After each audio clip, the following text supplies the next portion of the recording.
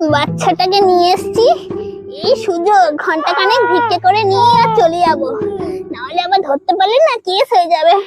ওই তো একটা লোক আসছে। বাচ্চাটা না রে, কিছু দাও। নমস্কার নমস্কার নমস্কার। দাও দাদা গো। এই নাও, এই টাকাটা দিলাম, বাচ্চাটার জন্য দুধ খাইও একটুখানি নিয়ে। দাদা ভালো থাকো, আমি গরিব। এটা দাসবাড়ির বাচ্চা না? ওর নামে তুমি ভিক্ষা করছো? দাও বাচ্চাটা দাও। না মানে ভিক্ষা না, মানে এ বাবা আমার টাকা।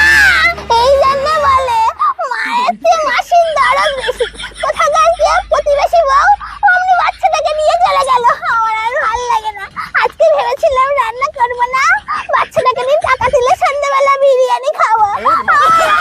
বিরিয়ানি খাওয়া হলো না।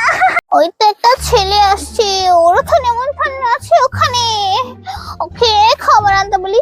এই ছোড়া শোন। কি হয়েছে কাকিমা, বলো। বলছি শোন না, তোর তো এই মানের জন্মদিনে নেমন্তন্ন আছে না?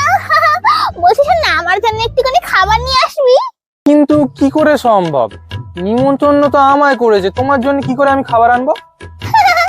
আসলে কি বলতো, তোর একটু বুদ্ধি কম আছে, এখন একটু বাচ্চা আছিস না তাই।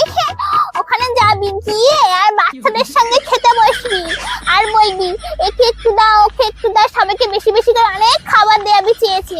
তারপর আমি তোকে একটা টিফিন করে দেবো, বাচ্চাদের পাত থেকে ওই যে খাবারগুলো ওরা খেতে পারবে না, ওগুলো ভরে ভরে নিয়ে আসবি, তাহলেই আমার পেট ভরে যাবে। মহা মুশকিল তো, এই মহিলার দেখি দিন দিন নোলা বেড়েই চলেছে। আমিও তো খাবার টাবার আনতে পারবো না, তুমি যাও তো।